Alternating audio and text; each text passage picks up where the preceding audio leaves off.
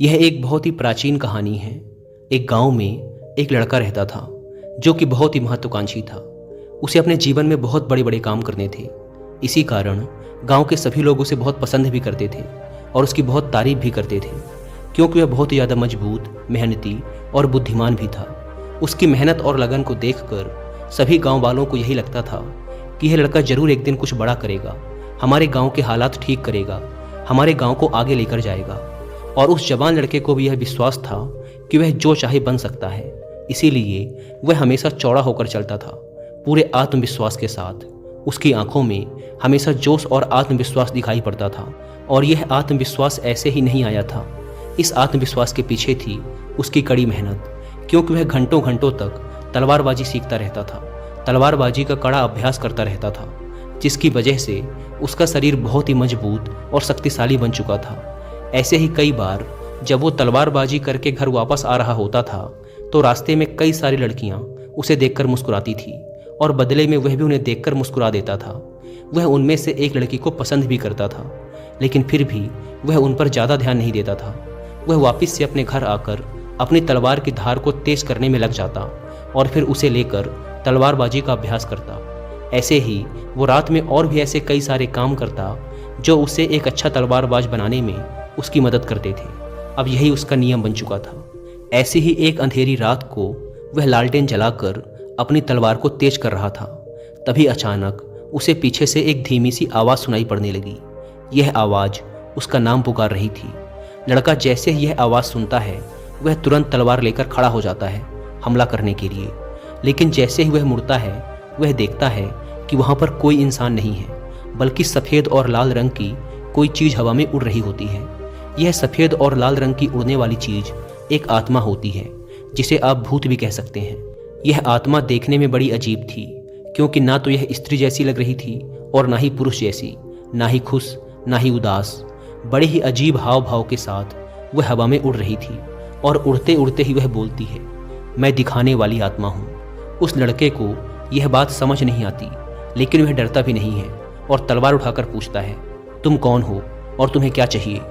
आत्मा कहती है, मुझे कुछ नहीं चाहिए, मैं बस तुम्हें अपनी ताकत दिखाना चाहती हूँ। मैं दिखाने वाली आत्मा हूँ। मैं तुम्हें वो सब कुछ दिखा सकती हूँ जो तुम देखना चाहते हो।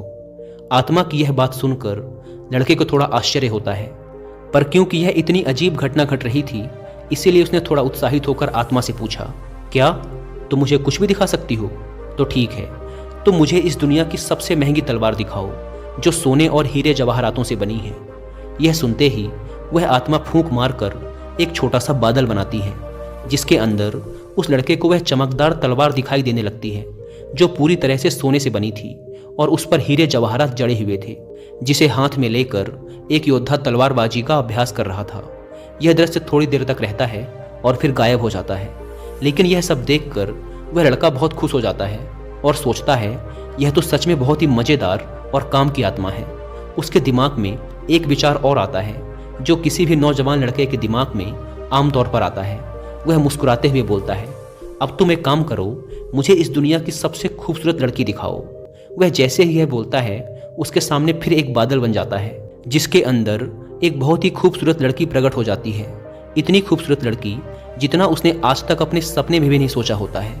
उस लड़की के लंबे काले बाल होते हैं, बड़ी और गहरी नीली आंखें होती हैं, सुंदर सा चेहरा और एक बहुत ही आकर्षक सा शरीर होता है, जिसे देखकर वह जवान लड़का एकदम जम सा जाता है, या ये कहो कि उसकी आंखें फटी की फटी रह जाती हैं। वह अगले कुछ मिनटों तक उस लड़की को ही एकटक देखता रहता है।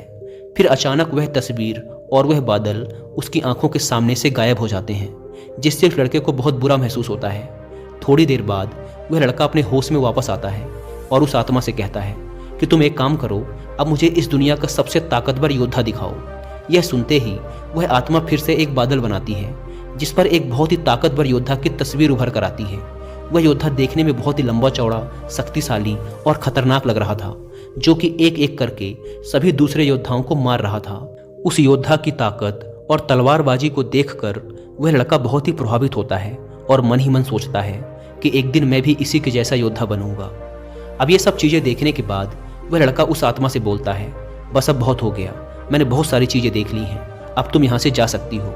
यह बोलने के बाद लड़का वापिस से अपनी तलवार की धार को तेज करने में लग जाता है और अपने काम में व्यस्त हो जाता है। वह आत्मा लड़के की बात का जवाब देते हुए बोलती है, ठीक है, अगर तुम्हें अभी कुछ और नहीं देखना तो अभी के लिए मैं तुम्हारे घर से जा रही हूँ, लेकिन अगर कभी तुम्हारा मन करे कुछ देखने का तो तुम अपने घर के पीछे वाले जंगल में आ जाना। मैं तुम्हें वहाँ वो सारी चीज़ें दिखा दूंगी जो तुम देखना चाहोगे। आत्मा की इस बात पर वह जवान लड़का कुछ खास ध्यान नहीं देता और अपनी तलवार को तेज करने के काम में लगा रहता है। अब जैसे जैसे हफ्ते गुजरते हैं, बीच बीच में उस लड़के को उन सभी चीज़ों की याद आती है जो उसने देखा होता है। इसीलिए कई बार वह लड़का अपने घर के पीछे वाले जंगल में जाता है, उस आत्मा को देखता है और वापस घर आ जाता है। लेकिन एक दिन तलवारबाजी के अभ्यास के बाद जब वह लड़का बहुत थका हुआ होता है तो सोचता है कि चलो आज देख ही लेता हूँ। वह उस आत्मा के पास जाता है और अपनी तरह तरह की इच्छाएं बताना शुरू कर देता है। वह कभी दुनिया की सबसे खूबसूरत जगहों को देखता है, अलग अलग मौसम को देखता है, उसके कुछ दोस्त जो अब उसके साथ नहीं हैं उनको देखता है, और यहाँ तक कि कई बार कई सारी खूबसूरत लड़कियों को देखता है अलग अलग चीज़ों में। इस तरीके से हफ्ते महीनों बदल जाते हैं और कुछ ही महीनों बाद इस लड़के में बदलाव आने लगता है। जहाँ पहले ये लड़का घंटों घंटों तक तलवारबाजी का अभ्यास करता था, अब वह रोज 1 घंटा पहले ही घर वापस आने लगा था। कुछ दिनों बाद उसने उस आत्मा को भी अपने घर में ही बुला लिया था, जिसके बाद से वो आराम से जब चाहे और जितना चाहे चीज़ों को देख सकता था। पहले ये चीज़ें 1 घंटे पहले हुई, फिर धीरे धीरे वो लड़का इतना आराम पसंद हो गया कि वह 2 घंटे पहले आने लगा, फिर 3 घंटे।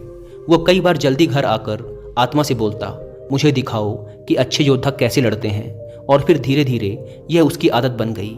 वह रोज अलग अलग योद्धाओं को लड़ते हुए देखता, उनकी लड़ाई का आनंद उठाता और सोचता कि काश मैं भी एक दिन ऐसा बनूं। ऐसे ही धीरे धीरे उसमें बहुत से बदलाव आने लगे।